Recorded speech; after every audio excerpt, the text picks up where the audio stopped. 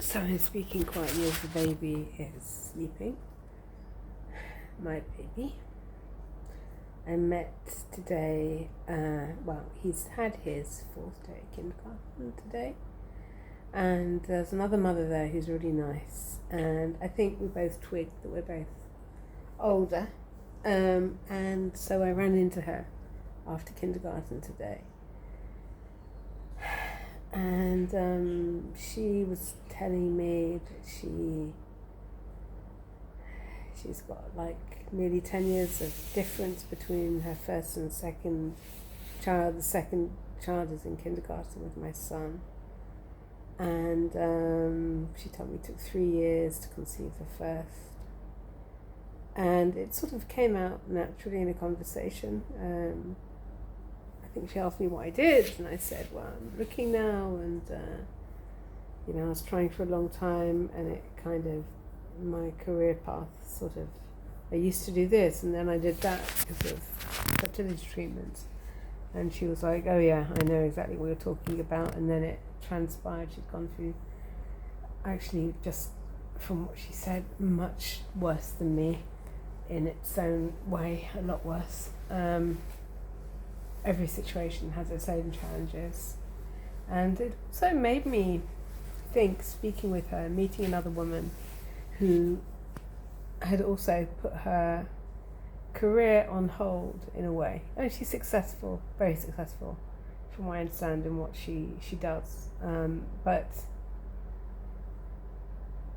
when you do fertility treatments, your life sort of stops, or even if it carries on, it loses all of its pizzazz.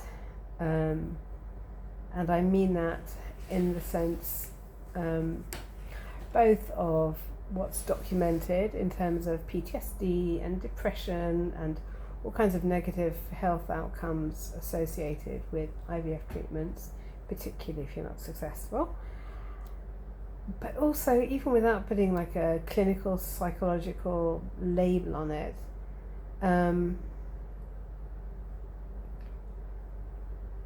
it's really hard for those in relationships. I've heard it's terrible. Like, there's this thing of becoming a mother where apparently loneliness is a big feature in becoming a mother, even for women in relationships. Personally, I think I just went through so much loneliness throughout the whole fertility thing that the loneliness now that I experience doesn't affect me that much, like having my son, because I've got him in my life.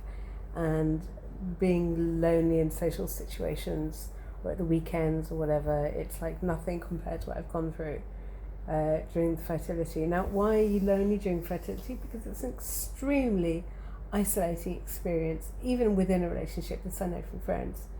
So, somebody who's single going through it for many years, it's a tendency to always think the grass is green on the other side.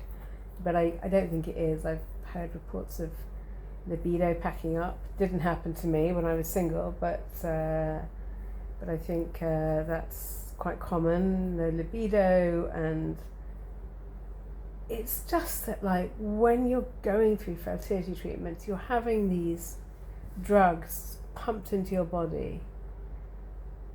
I remember having sort of a bit of a epiphany when the first time I went through it, which is when I froze my eggs. Like, I just felt like a cow. And it's actually not unlike what it's like. It's not a bad analogy, because when you have cows in dairy farms, they're being farmed for maximum productivity on the back of their fertility, whether that's for bearing calves, which go to meat, or producing milk, which goes to humans. But they're sort of, the cow has this bovine female reproductive function, which is being piggybacked on by humans for outputs of meat and dairy.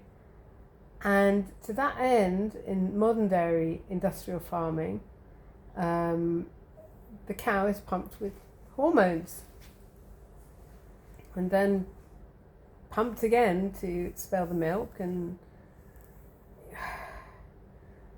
poor cows. I'm not vegan, but it makes me want to become vegan thinking about it like that.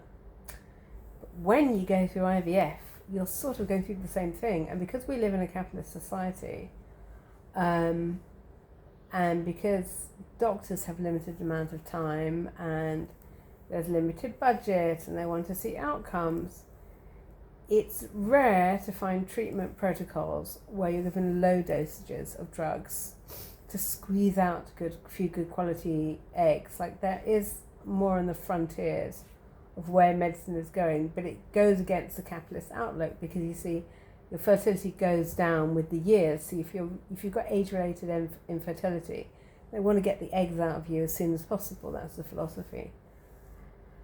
And it's very I would be the one who sat on the sidelines and said, you've got to believe in yourself and your body knows best and age doesn't count. But all of my experience was so counter to that. It's depressing that the science is right, that at a certain age, every month counts. So you're pumped with these drugs, and they're dreadful. When I restarted the fertility process with my younger eggs, and I'd taken a break for about a year and a half, I remember as the drugs kicked in thinking, fuck, I'm not going mad. It's not me. This is awful. People have different sensitivities to drugs. I'm very sensitive to them. And when I say drugs, obviously I mean medication for fertility. I just started feeling depressed. Like, I had to take progesterone, which thickens the lining of the womb in preparation for the embryo being implanted. Oh my goodness. It's just, if you complain about period pains, your menstrual cycle moodiness, then just imagine when you're taking those same hormones in different proportions at mega doses in order to rev your body up for the fertility process. Imagine what that does to your mood. It really is dreadful. Like, your whole, the whole process, like when I finally succeeded and got pregnant, thank God, and gave birth, the whole experience of femininity, if you like, from that point of view, is of letting go, because your body gets taken over. Like, it's literally, you have this foreign body living inside of you and eating away, sucking the calcium out of your bones or whatever, your teeth or whatever. And in order to mother, you have to let go in order for nature to let it take its course. And then you find the strength within you that you're doing by not doing, by letting go. And that's sort of a physical thing. Like, I do remember in the run-up to the birth reading about a poor woman who was in a coma and had been raped, and they didn't know that she'd been raped and that she was pregnant, and then her body spontaneously gave birth and needed very little intervention. So, like, a lot of the work is letting go of the resistance when birthing, and that's the philosophy, for example, with hypnobirthing, to kind of relax, because if you're in your mind and you tense up, then your body can't let go and then push out the baby. So that's the way it's meant to be. But when you are going through fertility treatments, you are just like jacking up your body with all of these hormones, and it's dreadful. And one of the things they don't talk about, the whole societal culture that we're in, where you put off being a mother till you're older, is this idea of, well, you've got to build up your career, establish yourself financially, which I'm not against at all.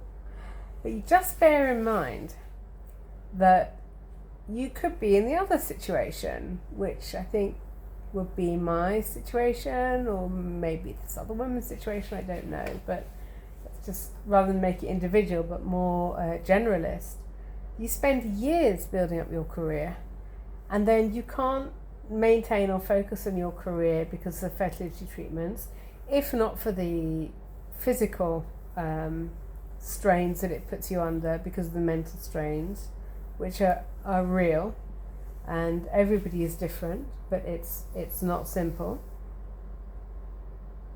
And then you lose your career footing because of the fertility stuff. Like, you sort of, it's just one of these, another